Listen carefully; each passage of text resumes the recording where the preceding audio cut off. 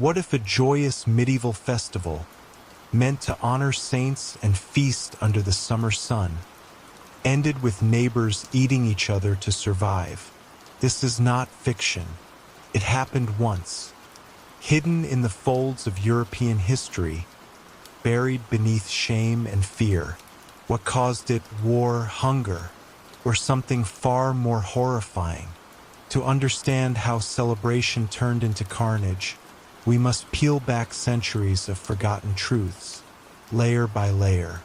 And only in the final chapter will the darkest secret behind the cannibal feast be fully revealed. Chapter 1: The Village That Vanished. Beneath layers of moss and time, they found the bones, scattered in what was once a cellar. Femurs mixed with ribs, skulls cracked open, jawbones split clean.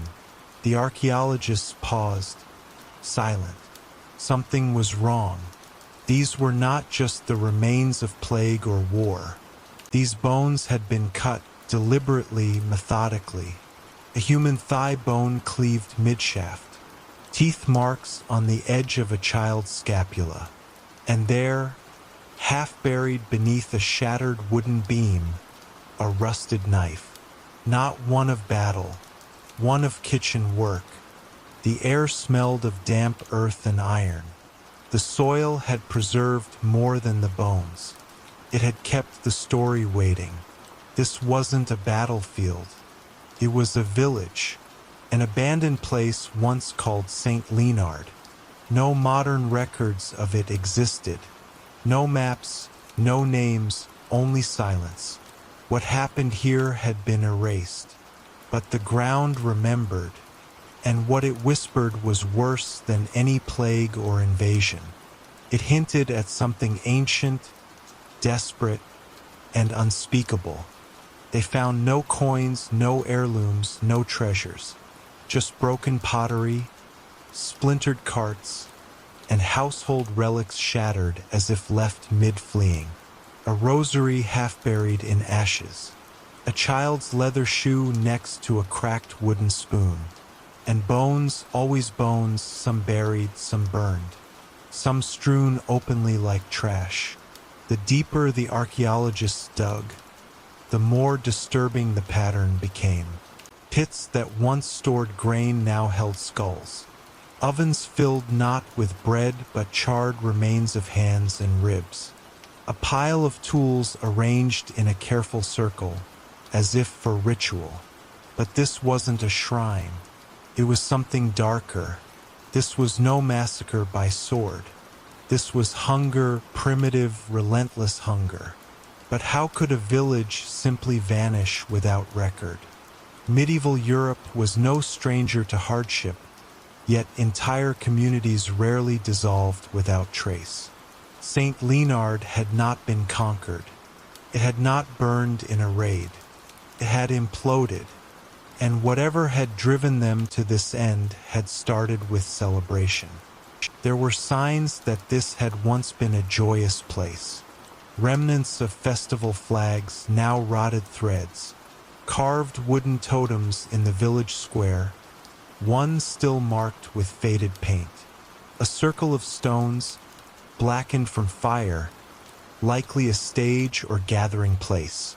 Beneath one stone slab, they uncovered a crude mural, faded figures dancing, drinking, feasting, children running, a woman with a garland of herbs. Music once played here, laughter echoed through these lanes. The people had known joy once, known unity, known abundance. They had carved their stories in wood and stone. And then nothing, a year, maybe two.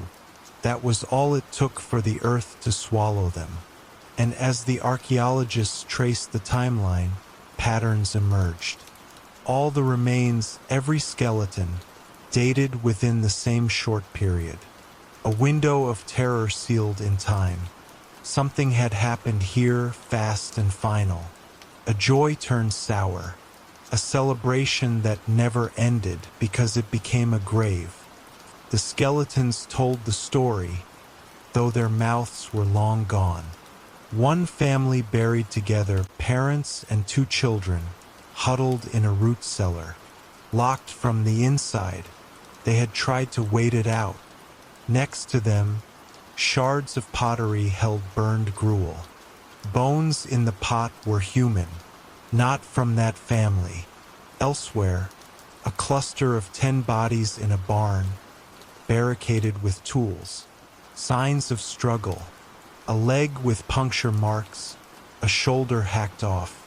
In one cottage, 2 corpses sat across from each other at a long-collapsed table. Between them, a wooden bowl. Inside, what looked like stew. In the ashes beneath, a skull. This was not mere starvation. This was what happened when desperation stripped away every last layer of civilization. These people hadn't died of famine alone. They had devoured each other, and no one had come to stop it. No one remembered it. Until now, the archaeologists had unearthed not just a village, but a forgotten catastrophe. But who were these people? And why here? St. Leonard wasn't on any known medieval route. It stood nestled deep in the hills, isolated yet self-sufficient. Farming tools suggested they had wheat, barley, and goats. There were signs of trade, bits of copper, scraps of dyed fabric, even Venetian glass beads.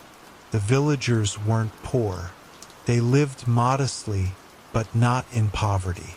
They had enough to survive if not thrive, which made their end even more puzzling. Why would a village that could feed itself collapse so violently, so completely? The answer, it seemed, lay not just in the bones, but in the layers above them. A layer of ash, fine and black, blanketed most of the village floor. The kind that doesn't come from fire, but from decay, damp, and rot. Above that, a thick layer of silt, mud, as if the earth itself had turned to sludge, as if the sky had opened and never closed again. This village drowned, not in water, but in hopelessness. Among the artifacts was a bundle of parchment sealed in wax, miraculously preserved in a stone chest. It bore a family crest, unknown to modern records, and a date, Midsummer 1315. The words, barely legible, spoke of a festival, a gathering in honor of the village's patron saint, a week of worship, joy, and thanksgiving, a time of music and open feasts. That was where it began, with joy, the very last celebration. And then came the rain. The documents trailed off. No later writing followed. That chest had been the final record, a story cut short. Whatever happened after the festival was not written, only remembered by bones and by dirt and by the silence that followed. The archaeologists began to piece together what little they could. A feast, a storm, a slow, quiet death. But how could such horror go unnoticed? The plague had chroniclers. The wars had poets. But St. Leonard had nothing. No monks, no memorials. Just vanished. The discovery was almost ignored. Academic circles debated its authenticity. Some claimed it was an isolated incident. Others insisted it was exaggerated by modern minds. But the evidence was undeniable. These people had butchered their own. The tools matched the wounds. The cut marks were human-made. The bones had been boiled, split, and scraped. One archaeologist remarked that the village's layout resembled not just a settlement, but a trap. The fields surrounded the homes like a moat. Once the rains came, the roads became rivers. No escape, no aid. St. Leonard had become a prison, a crucible of suffering sealed from the world. and at its center a church, always the church, still standing in ruins, its altar cracked, its stained glass shattered. But even it could not protect them. What happened in those walls remained unspoken. But traces of blood on the stone floor and a burned wooden cross suggested the final prayers had not been for salvation, but for silence. Historians scoured records, seeking any mention of Saint Leonard. Only one possible clue emerged from a Benedictine scribe in a distant abbey. He mentioned, briefly, a village that held a saint's feast despite warnings of famine. A reckless act, he said. Then no more, no name, no location. But the date matched, 1315. The year Europe darkened. The beginning of the Great Famine. From Ireland to Poland, crops failed, animals died, prices soared. Millions suffered, thousands died. But few descended into what Saint Leonard did. This village was not merely unlucky. It was cursed by timing, by weather, by faith. They had celebrated when they should have stored. They had danced when they should have run. And they had paid the price in flesh and madness. The feast had not been their salvation. It had been the beginning of the end. The archaeologists now understood. This wasn't just one tragedy. It was a warning echoing through time. The team cataloged every item, every tooth and shard. They recreated the village on paper, plotted the deaths, mapped the decay. And the pattern was unmistakable. It had begun days after the festival. The earliest corpses still had meat on them. The later ones did not. First the old, then the weak, then the children. The last to die were often alone, buried under beams or locked behind doors. Those who survived the longest had witnessed too much. They had made the choices no human should have to make. And in the end, they too succumbed either to the elements or to each other. What had once been a summer festival had devolved into a nightmare. And no help ever came, whether the roads were too deep in mud or the village too forgotten. No one came, until now. And now that the bones had spoken, the story could no longer be buried. It had to be told. But there was still one mystery, one question that refused to be answered. Why had the festival even been held in the first place? Reports from nearby villages mentioned the rains began in early spring. Famine warnings had already spread. Other towns canceled their festivals, sealed off their granaries. But not St. Leonard. They had pressed on, invited pilgrims, opened their stores, danced in the shadow of a storm. Why, was it denial, faith, madness? Or something else entirely? Some theorized the villagers believed the saint would protect them, that the feast would bring divine mercy. But others saw something more chilling. Perhaps it was not mercy they sought, but martyrdom. If so, they received it, but not in song or scripture, in blood, in fire, and in silence. As the final bones were lifted from the soil, the archaeologists turned toward the hills, toward where the storm clouds once gathered, and where, in the next chapter, the music had once begun. The tale of Saint Leonard does not begin with terror.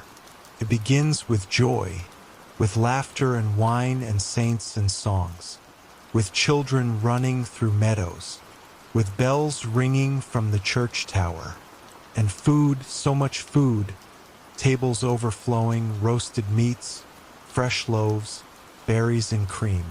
The villagers had saved for months, prepared for weeks. The saints' feast was their pride, their offering to heaven, and it would be the last thing many of them tasted. For as the final bell rang and the final song echoed across the hills, the clouds began to form. Dark, heavy, relentless, and the rain began to fall. It did not stop, and neither did the story, because what began as a feast would soon become something far more disturbing, and what seemed like a celebration would lead to an unraveling no one could have predicted. It is time to go back, to the year 1315, to a summer bright with promise, to the village of St. Leonard before it fell, before the screams, before the silence, before the bones. To understand how it ended, we must see how it began, with open arms, with full tables, with blind hope, because only then can we understand the weight of what was lost, and only then can we see the storm coming. Before we continue to Chapter 2, let me know if you're enjoying this kind of long, gentle history. Feel free to tap that like button and subscribe, only if you truly love what I'm doing here. And in the comments, share where you're tuning in from and what time it is in your city. I always love seeing our little bedtime crew gathering from every corner of the world. Now lower your lights, maybe let a soft fan hum in the background, and settle in. Let's proceed with tonight's quiet journey together. Chapter 2. A Feast for the Saints. The village of St. Leonard in the summer of 1315 pulsed with excitement. It was the eve of St. Aldwyn's Day, their most sacred and festive week. Along the main road, banners of crimson and gold snapped in the breeze. Merchants from nearby towns arrived early, setting up stalls packed with cloth, glass beads, and spices. Oxen-drawn carts clattered into the square, carrying pilgrims eager for both prayer and indulgence.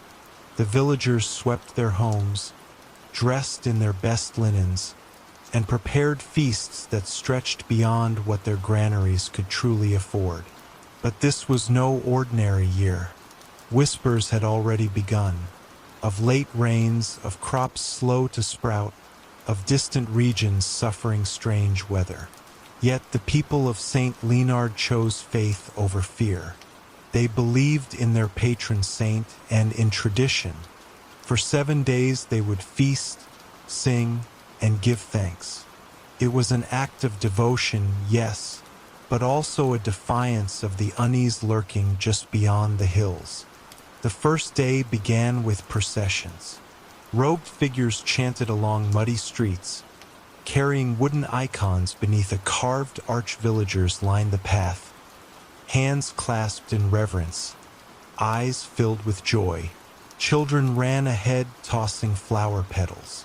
Behind them, the parish priest blessed each stall, each loaf, each family with a dripping sprig of rosemary. Smoke from roasting meats curled upward, blending with incense from the chapel. The square was alive. There were games of strength and wit, fiddlers by the well, and a stage where wandering minstrels performed tales of saints and sinners. The bakers unveiled pies studded with berries and glazed with honey.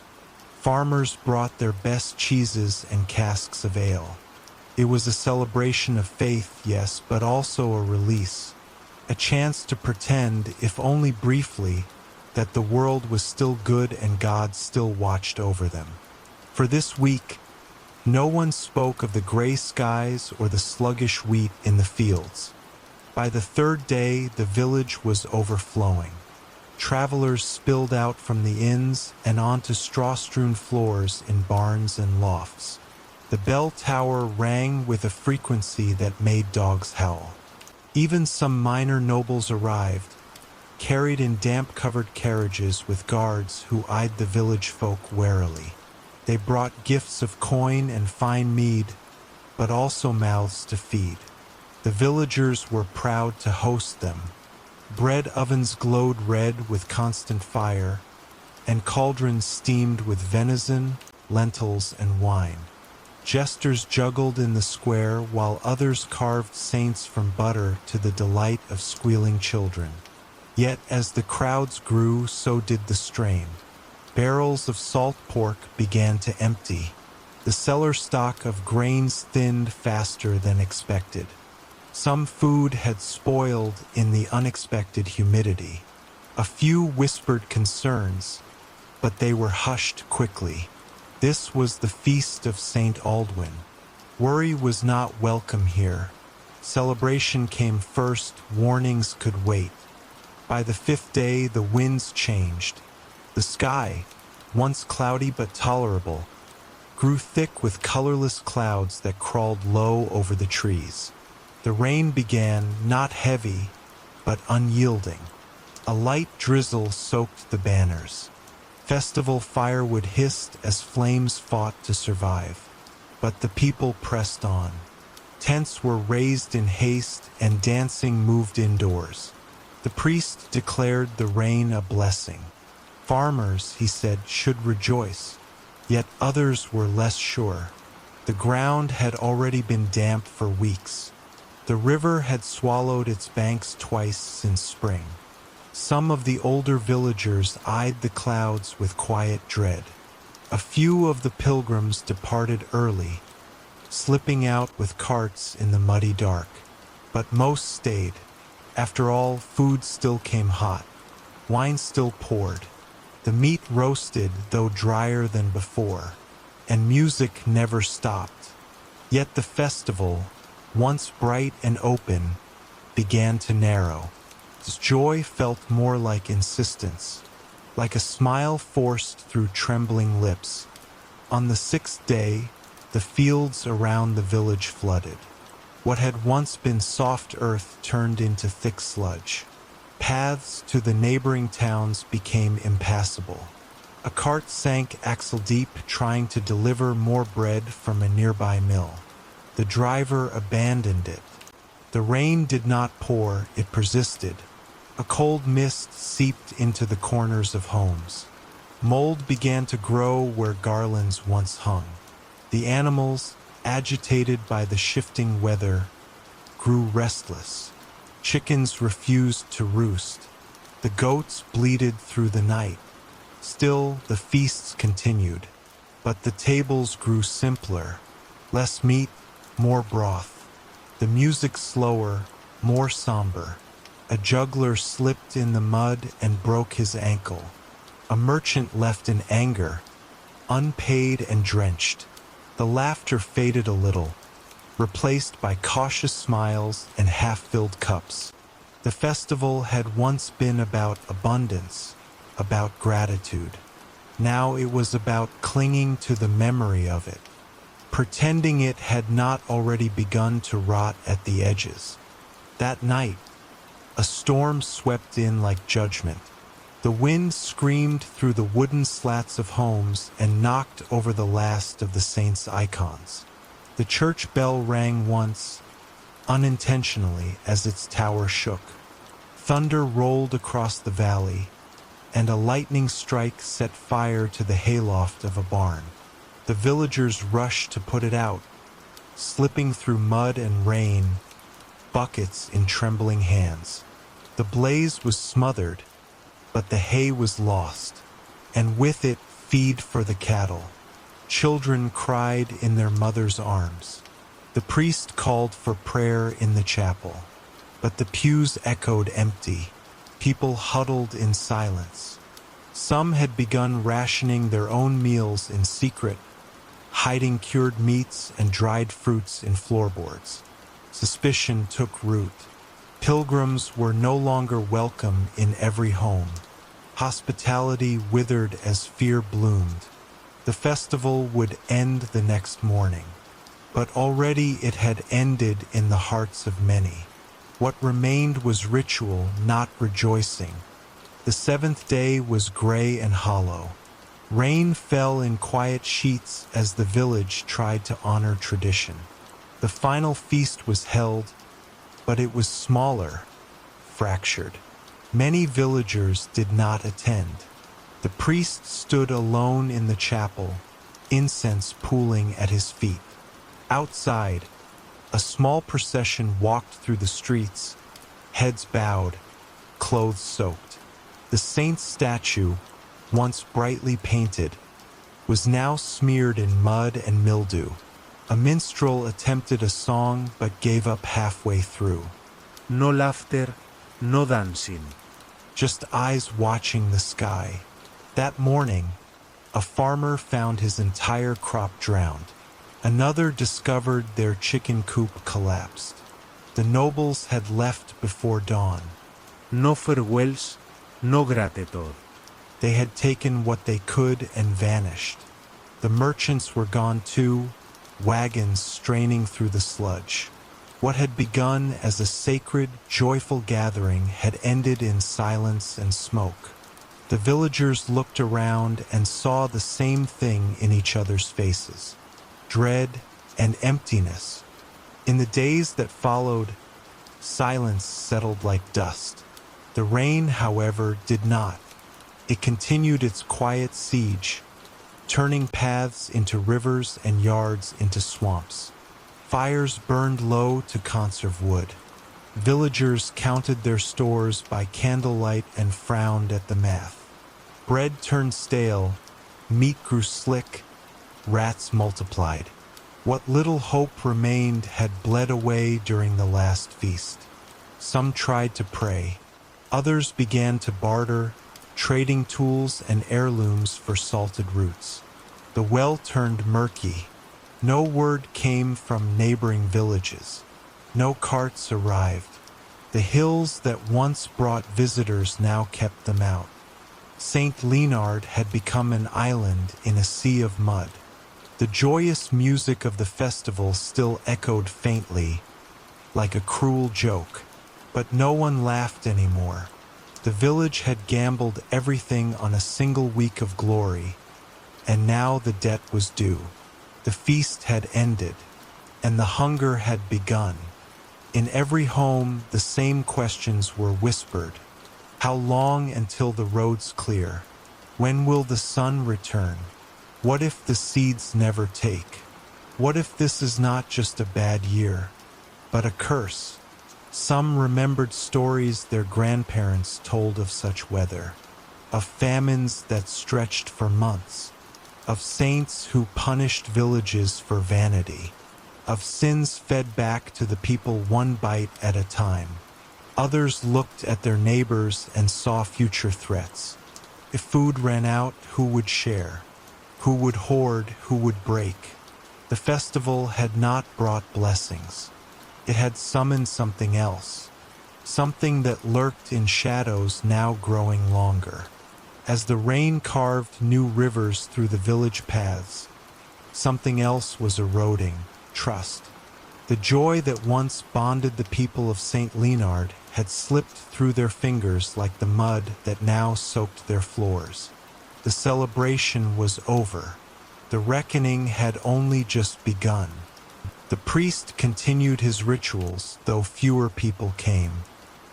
He stood in the wet chapel, his voice echoing off the stone as he read from cracked pages. He spoke of endurance, of patience, of divine mercy.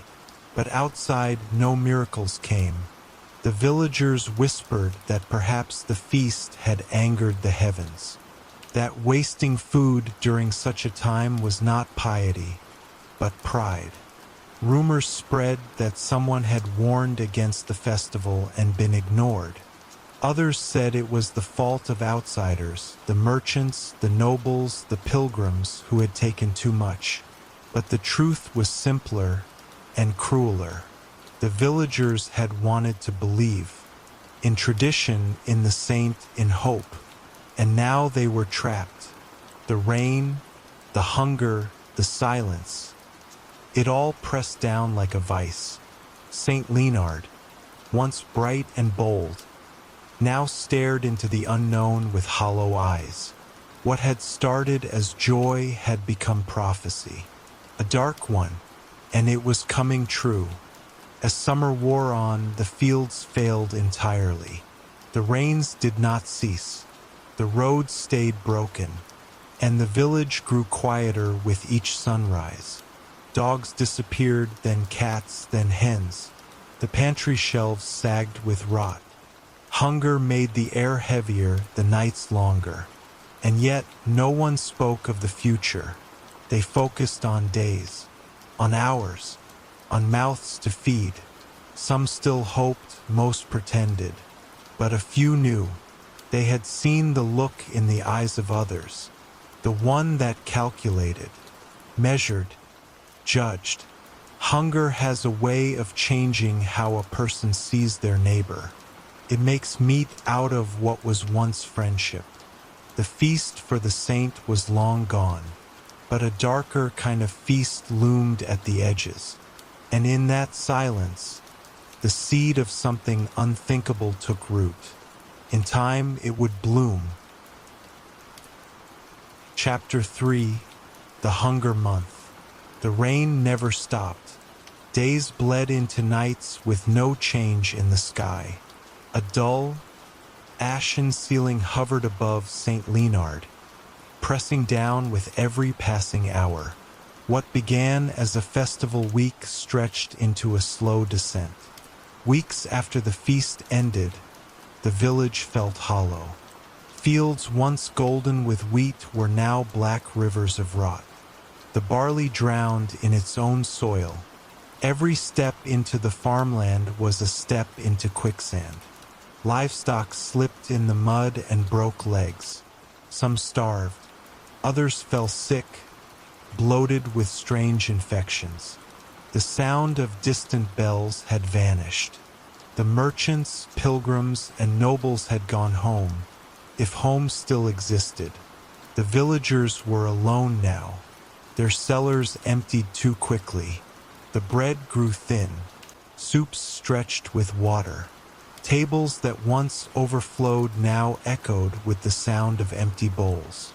And always outside the rain, whispering, washing away the last traces of celebration like ink bleeding off the page.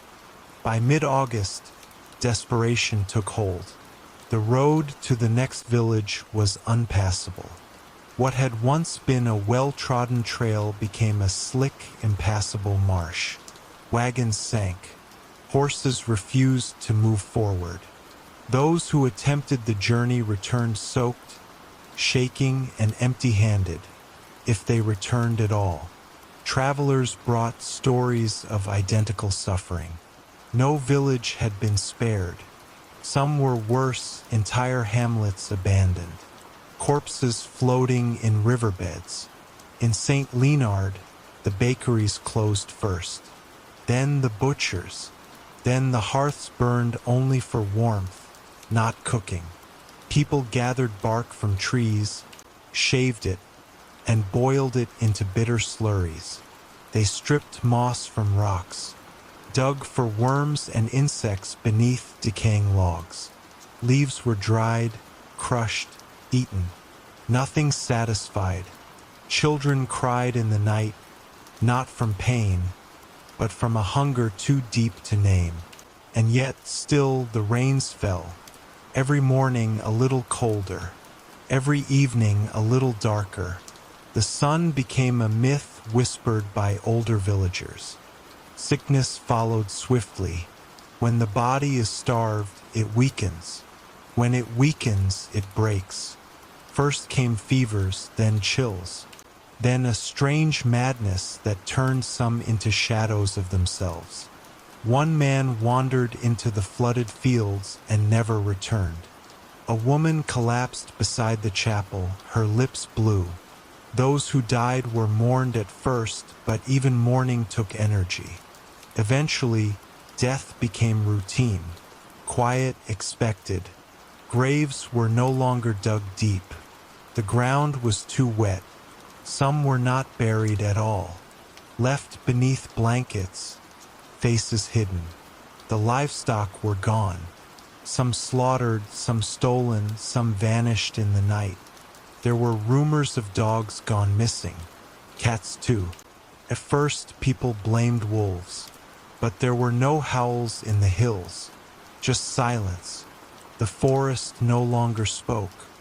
Even the crows, which once gathered greedily above the square, had disappeared, as if they knew something darker was coming and had fled before it arrived. Then came the fights. First it was quiet, disputes over a root vegetable, over a bundle of dried herbs, a chicken rumored to be hidden in someone's barn. A man accused his neighbor of hoarding. The next morning, that neighbor's door was found cracked, his food gone, and he himself vanished. A few villagers believed he had run. Others were not so sure. Those with the foresight to ration had become targets. Eyes lingered longer on pantries, trust frayed. Families began locking their doors, barring windows. The chapel, once a place of unity, now stood nearly empty. Even the priest looked thinner, quieter. He prayed alone, his voice echoing off cold stone. The saints on the walls stared down, unblinking. Some villagers whispered that the feast had been a sin, that celebrating in the face of hardship had brought punishment. Others began to curse the sky. They raised their fists in the rain, but the heavens did not answer. There was one night in particular that marked a shift. A boy disappeared. He had gone into the woods with a bucket, hoping to catch frogs or roots. He never came back. Searchers went out but returned with nothing. No prints, no trail, just that endless sucking mud. His mother wailed for hours. Some villagers stayed close to her home in comfort. Others stayed far away, whispering their suspicions. That same week, another child fell ill and died, but her body was not buried. It was gone by morning, taken, the door left open, the rain washing away whatever had happened inside. That was the moment fear turned inward. No one said it out loud. No one dared. But the thought was there, that hunger could make people do unthinkable things. And if things got worse, and they would, someone else might be next. The village still had its name, but its soul was fading. Something monstrous had begun to stir. In the days that followed, the homes of St. Leonard turned inward. Curtains remained drawn, windows shuttered. Footsteps were rare in the muddy square. Children no longer played. The laughter that once echoed from doorways had been replaced with coughing and silence. A few brave souls still tried to forage. They returned soaked, empty-handed, and pale. The forest offered nothing now. Even the mushrooms had turned black. One man attempted to dig into the hills for edible roots, but the slope collapsed and buried him. His body was never recovered. The chapel bell remained still. The priest no longer rang it. There were no sermons, only a flickering candle behind the stained glass, a soft glow in the dark. It was said that he fasted in prayer, hoping for a miracle. But the heavens were empty, and every day the rain carved deeper lines into the village paths, until they no longer looked like roads but trenches. The hunger distorted time. Days stretched endlessly, nights arrived early. Sleep no longer offered rest. Dreams were fevered and dark. Some dreamed of feasts that melted into blood, of tables with no ends and chairs made of bones.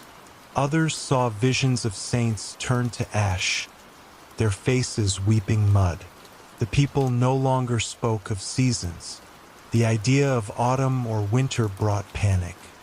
If summer brought this much suffering, what would the cold bring? A few tried to leave. One family packed a cart and vanished into the fog. Days later, their ox returned alone, dragging a snapped yoke. The message was clear. St. Leonard had become a trap, and no one escaped.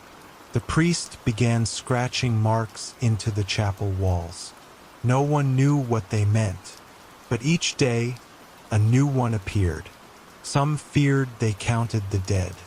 Others said he counted the days left until something worse arrived. Something already here, just not yet awakened. One morning, a scream shattered the quiet. A woman discovered her door broken, her pantry ransacked, her husband missing. Blood trailed into the woods, but no one followed it. Not out of cruelty, but fear. They had crossed a line now. This was no longer about food. It was survival stripped of morality. Law no longer mattered. Only strength, only secrecy. Villagers began reinforcing their homes from the inside. Cots were dragged against doors. Fireplaces burned low, not for warmth, but concealment. The village had become a ghost town inhabited by the starving, the paranoid, and the silent. No one dared meet eyes for too long. Trust was a currency no one could afford. And still the rain fell. Every day the same gray sky. Every night the same wet wind. The fields had become pits. The rivers had overflowed. The forest was silent. Even time seemed to stop. The village did not live anymore. It simply waited for the next terrible thing. Rumors began to swirl of nearby villages suffering just as badly. One traveler, a thin man with no shoes and hollow eyes, stumbled into St. Leonard. He collapsed at the well, too weak to speak. The villagers let him die. No one offered water. No one dared touch him. His body remained there for 2 days before someone finally dragged it away. That night, the rain washed the well clean, or so they hoped. Whispers spread that in the south people were eating the dead. Some laughed at the rumor, but not as loudly as before. Others believed it entirely. When starvation takes hold, morality is no longer a wall. It is a suggestion, and suggestions bend. One man admitted to boiling leather shoes. Another claimed he caught a rat, though no one saw it. Each tale of survival made others hungrier. Desperation grew sharp like a knife, and when hunger turns sharp, it cuts into the soul before it cuts into flesh. By the end of the month, even the trees looked dead. Their branches hung limp. Leaves refused to change color. The entire valley appeared drained of life, and the people of St. Leonard mirrored the land. Their skin sagged, their eyes dulled, their voices faded, children stopped crying. They simply stared. Silence now reigned, interrupted only by the occasional splash of rain or creak of wood. There was no more talk of saints or prayer, only whispers, and sometimes not even that. What had started as a poor harvest had become a sickness, not of the body but of the spirit. The hunger had gotten inside them. It had hollowed out everything, and what remained was something else entirely. Something waiting in the dark corners of their homes. Something that had no name yet, but soon it would. And when it did, the story of St. Leonard would become something far worse than tragedy. It would become a warning. The rain continued into September. The roads no longer existed. The rivers overflowed. Rats disappeared. The bakeries never reopened. The priest no longer lit candles. Each home became its own fortress. Each villager a shadow. A month had passed since the feast. A month of rot, silence, and loss. Food was no longer the problem, it was the absence of it. Hunger had become the only language spoken, and even that was whispered. The village no longer looked like a community. It looked like a battlefield waiting for the first blade to fall. They had not yet crossed the final line, but it was close, so very close, and when it came, it would come not with a scream, but a whisper, a missing child, a broken lock, a pot on the fire with something unspoken inside. That line would blur, then vanish, and what followed would be beyond the reach of saints, rain, or memory. The hunger month was over. The nightmare was just beginning. Chapter 4. The Stranger in the Chapel. The storm did not announce his arrival. It had already been weeping over St. Leonard for months. The villagers were too weary to mark the day he appeared. He was first seen near the edge of the forest, standing still among the trees. Mud clung to him like skin. His face was gaunt, stretched thin across sharp bones. His eyes held something beyond hunger, something ancient. He did not speak at first. He merely walked into the village without asking permission, as if the land had already claimed him. Some thought he was a thief.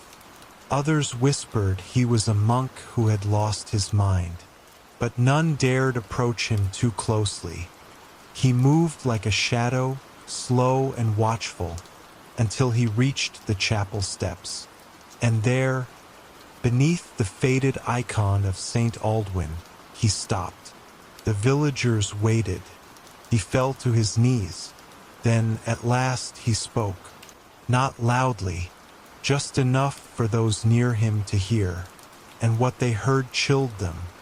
He spoke of the South, of valleys long silenced by famine, of towns where no livestock cried, where no bread baked, of families who had turned on one another. He said he had seen it, that he had walked for weeks, that there were villages worse than this one, empty except for bones and ash. He spoke of a sickness, but not of the body, a rot of the soul that came when hunger outlived mercy, a kind of madness that bloomed in the darkest corners of desperation. Some scoffed, most simply stared, but a few listened, and in those few something shifted. The stranger warned that St. Leonard was on the same path, that once a village reached the point of eating its animals, it was already too late. The next steps were predictable. First bark, then insects, then scraps of cloth, then something far worse.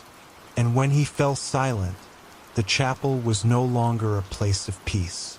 It had become something else. The stranger stayed.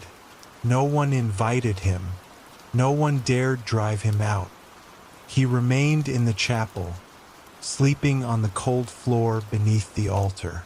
The priest allowed it, or perhaps he was simply too afraid to stop it. The stranger did not eat. He did not beg. He only watched day after day, night after night. His presence changed the village. The chapel, once the heart of St. Leonard's faith, began to darken. Fewer people entered. The candles burned shorter. The air felt heavier. Some claimed they saw the stranger scribbling symbols on the floor at night. Others said he whispered to the icons, not in prayer but in warning. He spoke little after that first day, but the damage had been done. The idea had taken root, that this famine had no cure, that worse things than death were coming. And in a place already starved of food and hope, fear was the last thing the villagers could afford. Not long after the stranger's arrival, the children began to disappear. It started with a young girl whose family lived near the forest. Her mother swore she had only looked away for a moment. The girl was never found. Days later, a boy vanished while fetching water. No scream, no struggle.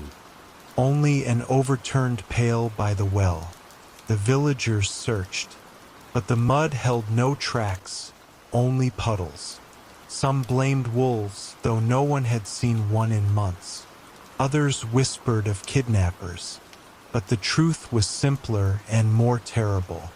Something in the village had broken, something that watched the children not with affection but hunger. A third child went missing, then a fourth, and suddenly the fear had a shape. Not the rain, not the famine, but someone among them, someone who could no longer tell right from wrong. Trust dissolved. Parents no longer let children outside. Doors were locked, knives kept close, and eyes darted in every direction. The stranger offered no comfort. He did not speak of hope, only inevitability. He said this was how it began. The first to disappear were always the weakest, the smallest. Then came the sick, then the lonely. He told the priest that the chapel would not be spared, that sanctity meant nothing to an empty stomach. The priest argued or tried to, but even his voice had lost conviction. He no longer rang the bell. He no longer gathered the people. He too had seen what was happening. A loaf of bread had been stolen from the altar. A relic, gold, blessed, sacred, had gone missing. And one morning, he found a tooth buried in the base of a candle. No explanation, no reason. Just the growing sense that this place, once holy, was now marked. The stranger stayed silent after that. But every night, he lit a single candle at the center of the chapel, and every morning it had burned out before dawn.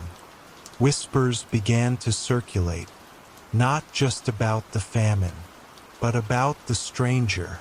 Some claimed he was cursed, that wherever he went, ruin followed. Others said he brought truth, that he only revealed what people refused to see. A few wanted him gone, but none dared confront him. He had become something like a prophet and something like a ghost, untouchable, always watching. And then one day something happened that no one could explain.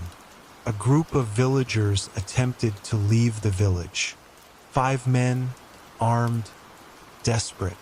They were never seen again. Their homes remained sealed, their beds untouched. Only the muddy trail out of town bore signs of their departure, and even that was washed away by the rain within hours. After that, no one spoke of leaving. The village had become a cage, the chapel a shrine to dread, and the stranger a mirror to everything they feared becoming. The hunger had changed them, and they would never be the same again.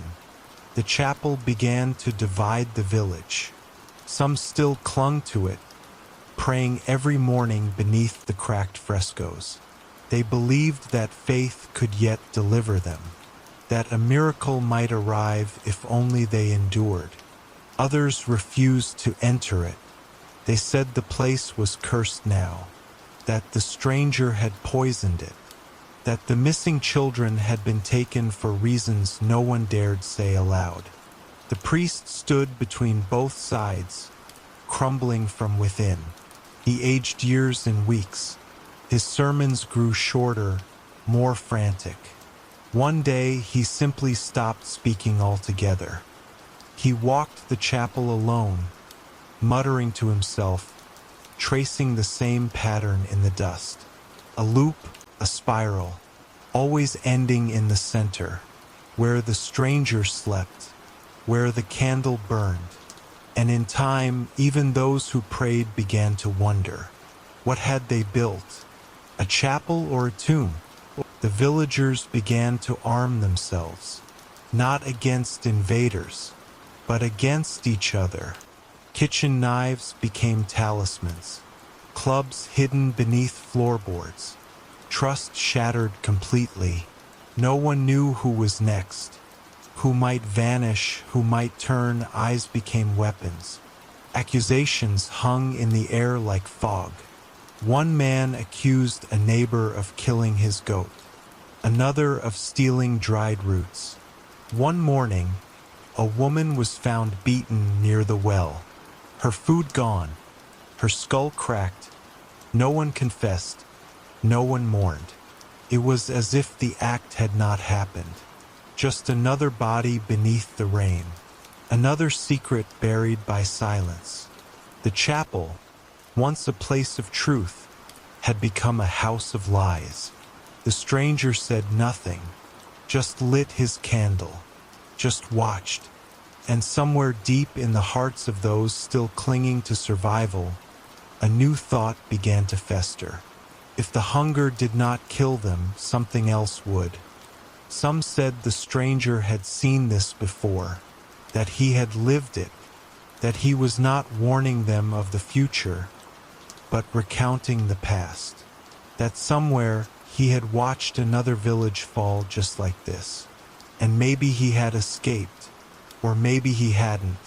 Maybe he was only here to witness it again, to see how long it would take, how many would vanish, how deep the hunger would burrow before it consumed everything. There were whispers that he did not sleep, that when others dreamed, he sat awake, eyes open, unmoving. Some said he never blinked. Others believed he was already dead, just a spirit waiting for the village to join him. And every morning the candle burned lower, the chapel grew colder, and the rain never stopped. It had become a rhythm now. Hunger, disappearance, silence, repeat. And above it all, the stranger's shadow stretched longer. Then, one night, the chapel doors were found open. No wind, no sign of struggle, just wide open. Inside, the altar had been disturbed, the relics overturned, a smear of something dark across the wall. And at the center of the floor, the candle had not been lit. The stranger was gone. No footprints, no trace, just absence. The priest collapsed that morning. Some said he died of fright. Others said he had starved. But a few believed something had been taken from him, something sacred. The villagers sealed the chapel doors after that, boarded them shut, nailed them tight. No one spoke of it again, but the fear remained. Whatever had come into the village was still there, just no longer bound to one building.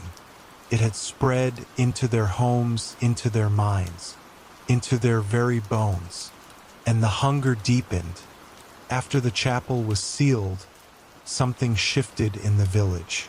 Not relief, not peace, something colder, a resignation, that this would not end with survival, that whatever they had once been, farmers, bakers, priests, parents, was gone. Hunger had rewritten them, and whatever came next would not resemble humanity. There were fewer conversations now. No greetings, no prayer. Just the occasional knock on a door, a rustle in the dark, a scream too short to locate, and then silence again. Endless, stretching silence. The villagers no longer feared what was outside. They feared what was inside. Inside their walls, inside their neighbors, inside themselves. The stranger had warned them, but they had not understood. Now they did. And as the rains continued, they waited for the final fracture, for the one act that could not be undone. And when it came, it would come without warning. It would come from within. Chapter 5. The Festival Returns.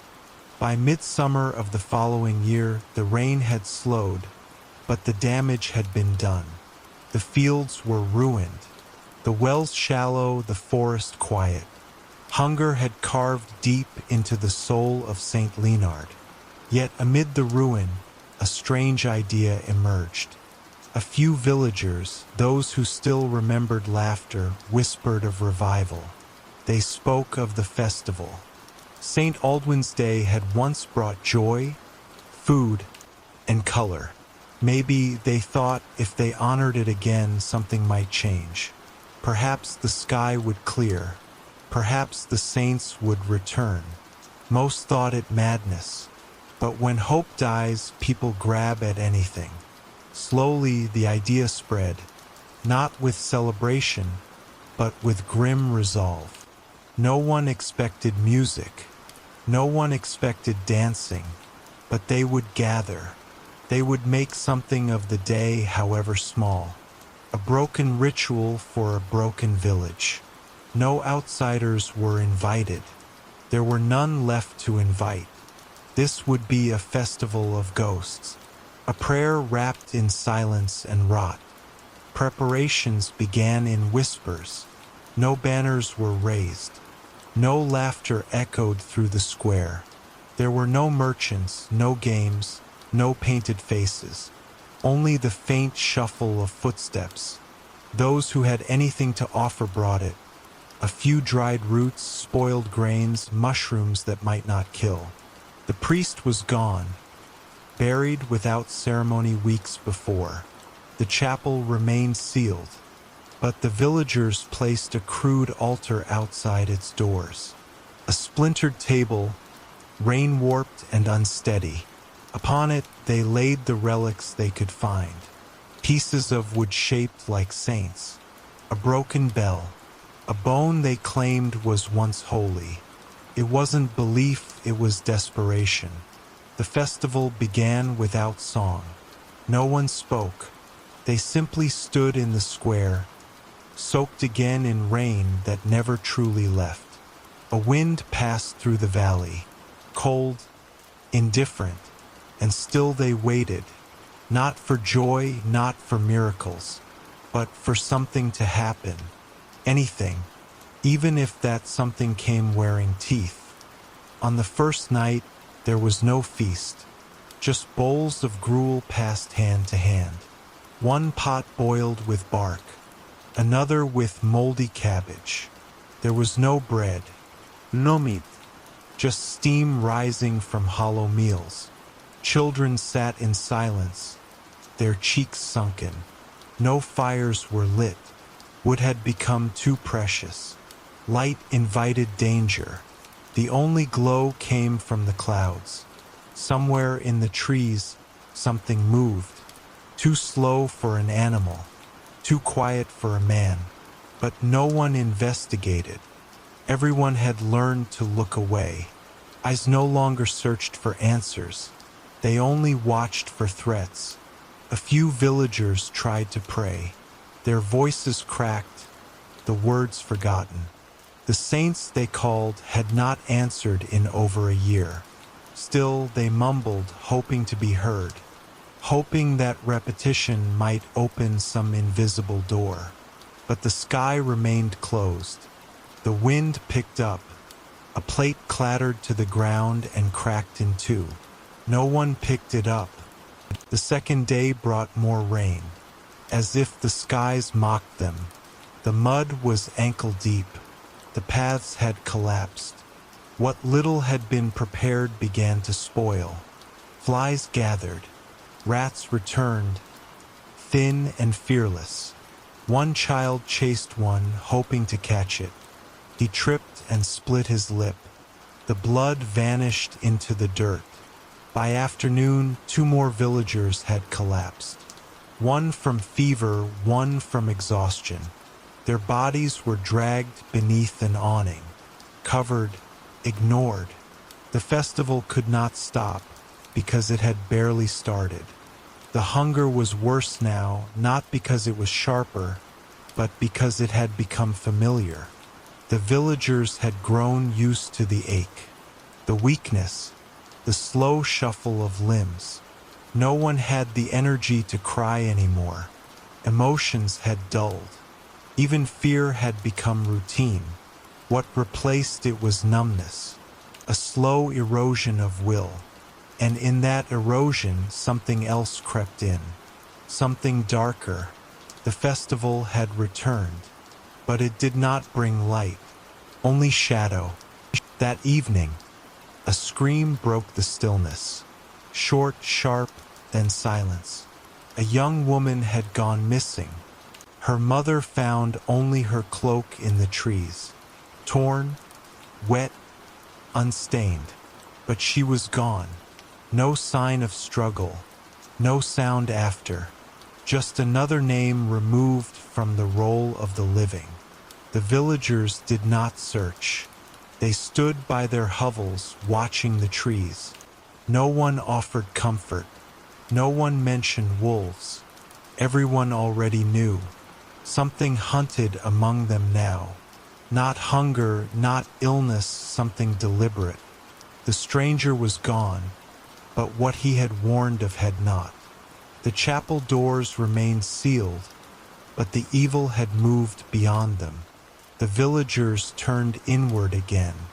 The few candles they had were lit and set in windows, not to light the way but to keep things out. The square emptied. The altar remained, alone, soaked, forgotten. It leaned slightly now, as if it too had begun to collapse under the weight of despair. By the third day, the festival was no longer a gathering. It had fractured into isolated rituals. Families muttered prayers at home. One man danced alone in the square, naked, soaked to the bone. Another sang until his voice broke. None of it brought anything. No food, no light, no peace. On the edges of the village, new symbols had been carved into the bark of trees. Circles within circles, spirals. Knots that looped endlessly. No one claimed them. No one dared erase them. The symbols appeared on doors, then on windows, then carved into dirt floors. Some believed they were protection. Others believed they were invitations. That night, two more disappeared. A father and his daughter. Their hut was found open. Their food untouched, the bed cold. A trail of muddy footprints led outside, but vanished before the forest line. There were no animals, no witnesses, only the sense that whatever had taken them was getting closer, and no one would stop it. By the final day, the altar was overturned. Whether by storm or by hand, no one knew. The relics were gone, scattered, stolen, smashed. The bone had been split, the bell drowned in the mud. The villagers gathered one last time, not to celebrate but to confirm who remained. Their numbers had shrunk. Faces were missing, names left unspoken. There was no conclusion. No ceremony, no closing prayer. They simply stood in the square and waited for someone to speak. No one did. The silence was too thick. And then someone laughed. A dry, cracking laugh that echoed strangely. No one looked to see who it was. They were all too tired, too broken, too far gone. That laugh marked the end of the festival, of the village, of anything that resembled community. What followed was not a descent, it was a collapse, like a building whose last beam had been snapped. What rose from the rubble would no longer be human. It would only hunger. The next morning, a hut was found burned. Not fully, just enough to blacken the walls. Inside, no bodies, but the smell was unmistakable. Flesh, charred, not livestock. There hadn't been livestock in months. The villagers said nothing, but something passed between their eyes. An understanding. A threshold had been crossed. The rules had changed. The whispers returned. Some believed it had already begun, that the unthinkable had been done, that someone had eaten. Others claimed the fire was a mercy, that a family had ended things before worse could befall them. Either way, no one asked questions. No one rebuilt the hut. It remained half-burned, slumped like a dead animal. The final monument of the festival. A warning and a promise. From that moment forward, the village of St. Leonard was not just dying. It had begun to feed on itself. Quietly, secretly, the rules of nature had been rewritten by hunger, and the new law was terrifyingly simple: consume or be consumed. The days that followed were not marked by sun or time, just by disappearances. One family gone, then another, doors left swinging, tables undisturbed. No signs of panic, only voids, empty spaces where lives had once existed. The village square became a passageway, not a gathering place. People moved quickly, eyes lowered. No one lingered. The festival had drained what little was left of trust. No one invited neighbors over. No one asked for help. They all knew the others were watching, waiting, calculating. The strange symbols on doors multiplied. Some began to resemble teeth, others hands. Every night, the wind howled through the hills like something dying. The village no longer felt real. It was a place caught between worlds, still standing but no longer living. After the festival, no one ever spoke of St. Aldwyn again. His name became a curse. His day, a memory soaked in rain and blood. The ritual had failed. The offering had been made, and the response had come. The rain returned heavier than before. Flooded fields, drowned roots. The few remaining fires were snuffed by water. Even the insects began to vanish. There was nothing left to eat. But not everyone died. Some survived. Some grew lean and sharp-eyed. They moved differently, with purpose, with calculation. They had learned what could be consumed, who could be spared. The bodies were never found, but the signs were there.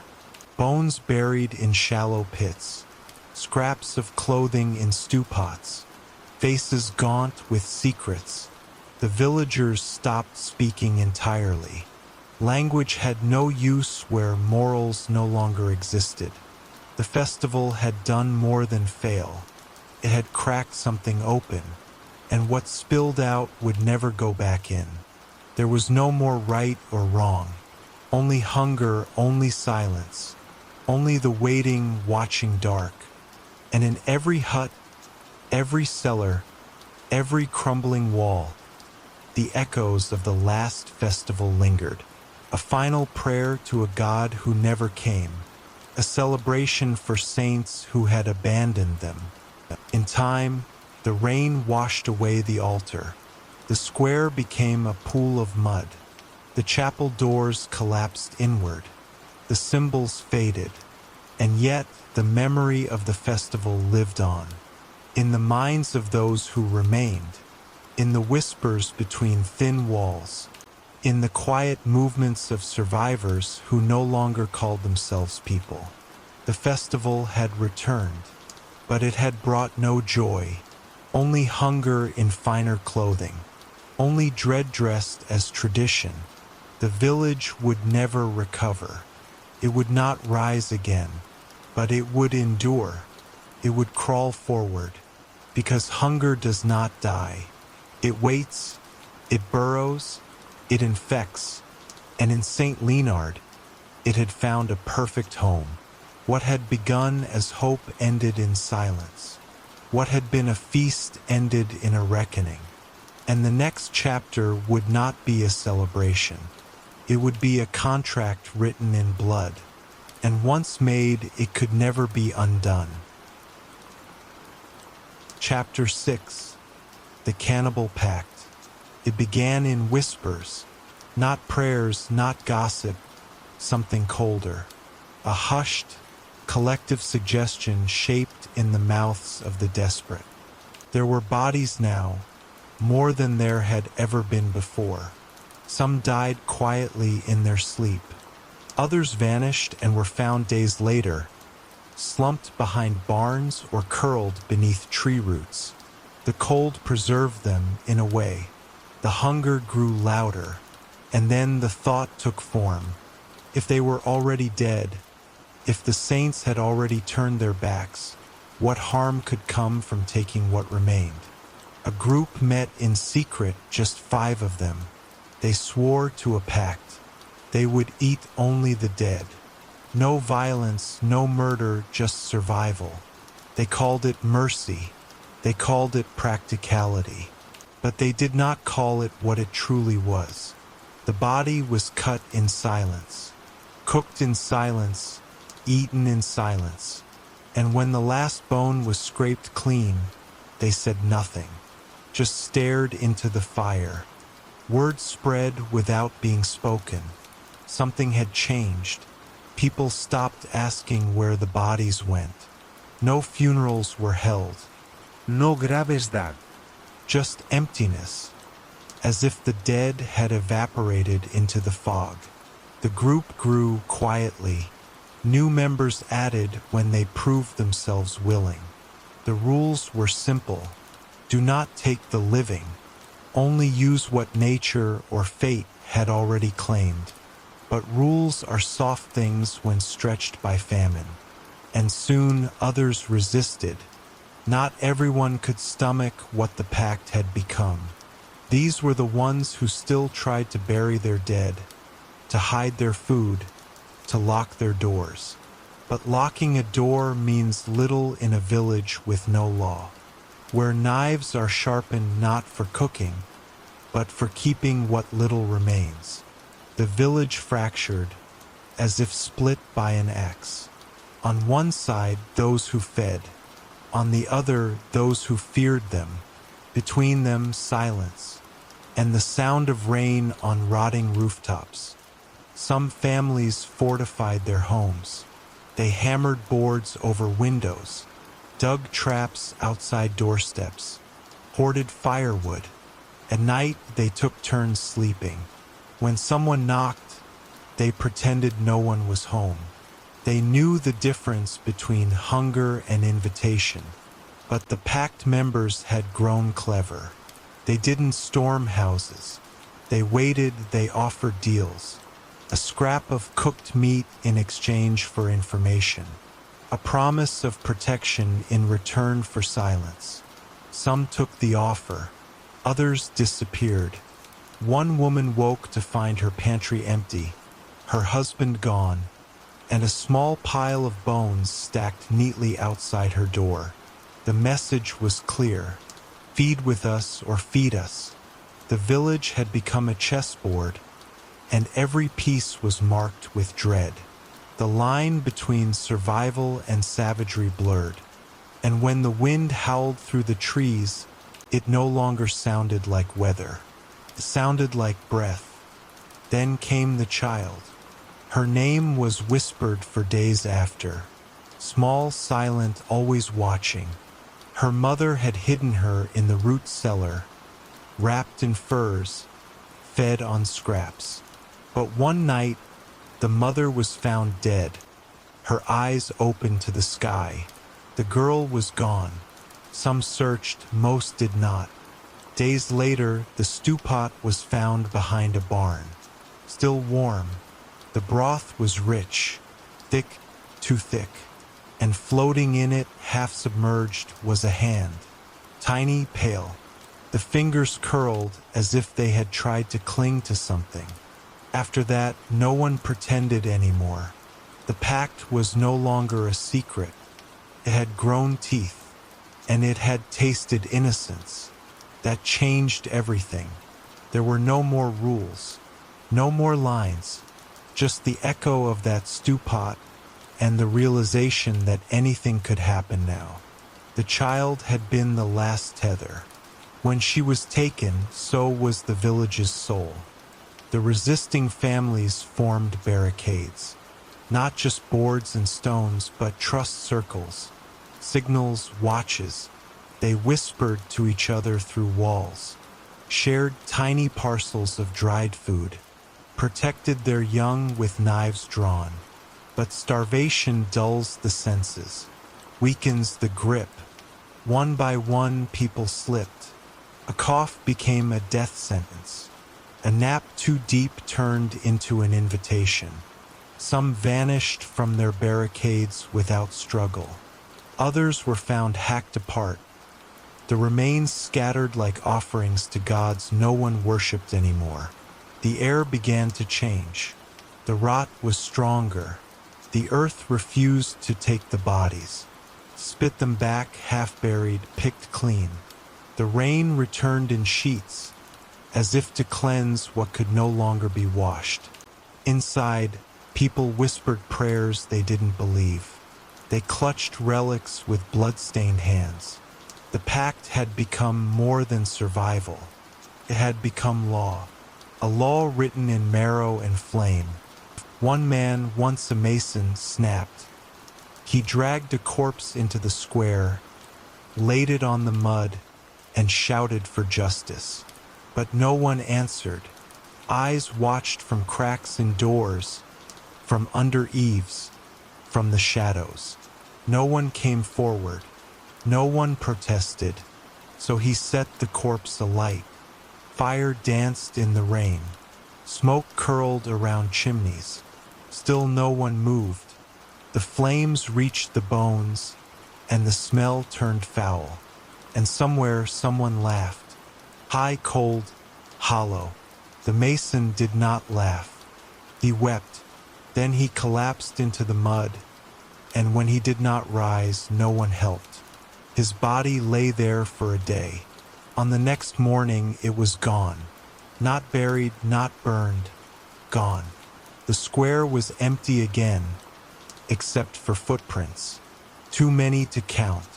And a smear of blood across the chapel's collapsed threshold. Whatever morality had remained had burned with that body. What followed would be survival and nothing else. Even among the Pact, order began to crumble. They had made rules, but hunger has no loyalty. One argued to save a body for later. Another demanded they eat now. Words became shouts, shouts became blades. And soon there were fewer in the Pact. But the meat remained. They justified it. Said the fallen had consented. Said they would have wanted it this way. But in the eyes of the survivors, no one believed that anymore. A woman who had once nursed the sick now stirred pots with hollow eyes. A man who once sang in the chapel now muttered to bones like they answered back. The Pact no longer needed agreement. It was instinct now. When someone died, they vanished. When someone vanished, no one asked. The village had become a cycle of death and consumption, a factory of its own ending. And in every mouthful, the taste of ash and guilt lingered, but was never enough to stop them. Fires began to glow from the treeline, not natural ones, blue at the edges, flickering strangely. The forest had started to feel closer. The trees seemed to move at night. No one ventured outside the village anymore, not from fear of wolves, but from fear of being watched. Some claimed the woods whispered. Others claimed they saw faces between the trunks, pale still observing. Whether it was madness or something else, no one knew. But everyone felt it. The Pact had not just changed the village. It had awakened something older, deeper, a kind of ancient hunger that fed on more than flesh, fed on choices, on surrender, on the moment people said yes to the unthinkable. And now it was no longer satisfied with meat. It wanted everything: memory, identity, meaning. And piece by piece it was getting it. In a locked barn on the edge of town, a small group huddled. They had not eaten in days. They had watched loved ones vanish. They had seen fires rise and fall. They did not speak. They listened to the wind, to the creaks of timber, to the footsteps in the night. One of them broke. She said she would go out, find help, find food. She opened the door, stepped into the dark, and never returned. Her blood marked the barn by morning. No one followed, no one cried. The others stayed inside, shrinking into themselves, breathing shallow, praying the next knock was not for them. But they all knew it would come. The Pact had outgrown secrecy. It was everywhere now. It wore no robes, spoke no words. It only arrived quietly and took what it wanted, and when it left, it never looked back. The last night came without fanfare, just a deeper silence, a colder wind. Doors creaked open without reason. Windows fogged though no breath touched them. The fires burned low, and no one added wood. In every home, someone lay dying. In every mind, a single question circled. How much longer could this last? The answer came in footsteps. Dozens, maybe more, bare, wet, synchronized. They moved through the village like a pulse. Not marching, not running, just moving. From house to house. From door to door. Some open, some didn't, it didn't matter. The Pact no longer asked permission. That night, no one lit a candle. No one prayed, no one resisted. They simply let it happen, because deep down they had all become part of it. Even those who never took a bite. They had watched, they had waited, and in waiting they had accepted. The Pact had won. By dawn, the village had changed again. Quiet, still. The rain had stopped at last. But the silence that followed was heavier than any storm. Bones littered the square. Some clean, some not. The chapels remained smoldered, the smoke curling toward a sunless sky, and in the air hung a smell that no wind could carry away. St. Leonard was no longer a village. It was a memory carved into rot. The Pact had not saved anyone. It had only delayed the inevitable. But in that delay, it had rewritten everything. It had shown what lies at the edge of survival. Not heroism, not sacrifice, just hunger, ancient, patient, relentless. And as the final survivors looked around with hollow eyes, they understood that no saint would come. No harvest would bloom.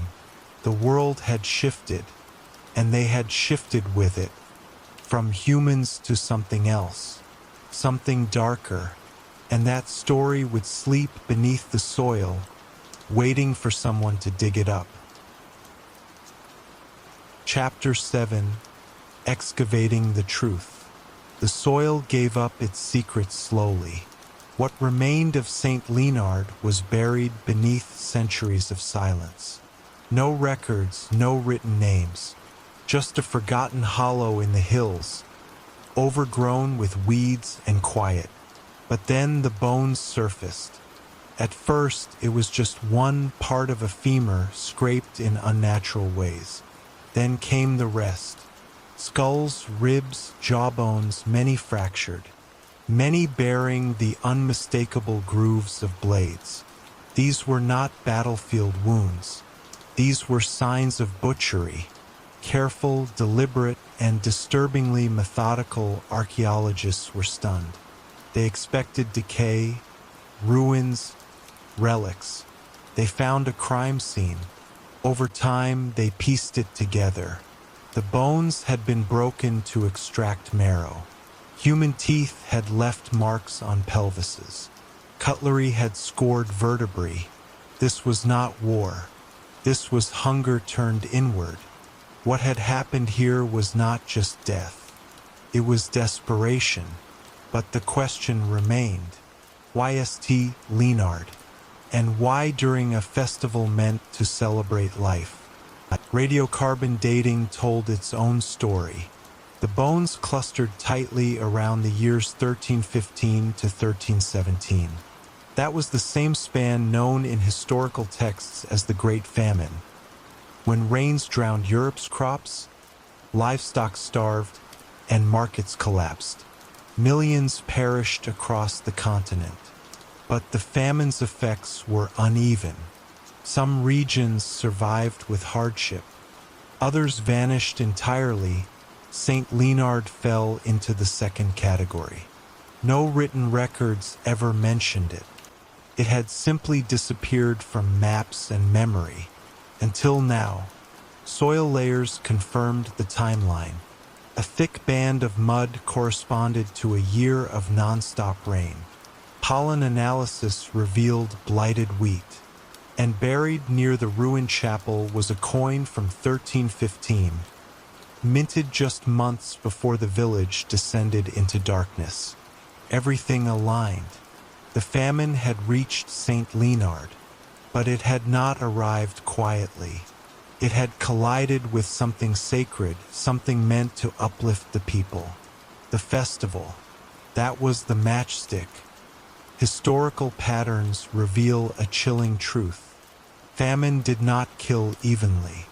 It struck hardest where trust failed, where rituals became burdens, where order cracked under the weight of uncertainty. In places like St. Leonard, where people clung to festivals and saints for comfort, the blow was sharper. When the rain came and the food vanished, belief was tested. And when belief failed to deliver, something else took its place. Something colder. The villagers had gathered in joy. They had feasted, laughed, prayed. They had emptied their stores, given their last bread in devotion. But nature was unmoved. The skies wept for weeks, and slowly so did the people, until faith fractured, and flesh became food. The tragedy of St. Leonard wasn't that its people were weak. It was that they were human, caught in the trap of reverence and ruin. The festival had not saved them.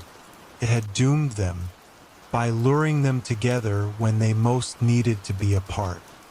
Inside the ruins of the chapel, archaeologists uncovered more than bones. Beneath the collapsed altar, they found a pit, shallow, round, lined with stones blackened by fire. It was not for worship. It was for cooking. Charred fragments of bone littered the bottom. Some human, some not. The layout suggested a communal space, perhaps the very center of the Pact. The chapel, once sacred, had become a kitchen for the unholy. The frescoes above had long faded, but outlines remained. Figures of saints with eyes hollowed by time. It was as if even the paintings had looked away. In the narthex, another horror lay preserved. A stack of bones arranged by size. Femurs, tibias, skulls not dumped, organized, selected. This was not chaos. This was ritual. Evidence pointed to a long decline, not a single moment of madness. The cannibalism had become a system, a practice, a culture, and the final days of the village were not a collapse, but a transformation. Forensic teams analyzed cut patterns across the remains. They found consistency, the same tool types, the same points of incision. It meant there were designated butchers, people assigned to prepare the bodies. Roles had emerged during the breakdown. There were selectors, gatherers, firekeepers. Some of the bones bore signs of disease, scurvy, rickets, wasting, but others did not. Some were fresh, recently deceased. Some may have been helped along. That raised darker questions. Had the Pact abandoned its rule against killing? Or had the rule ever truly existed?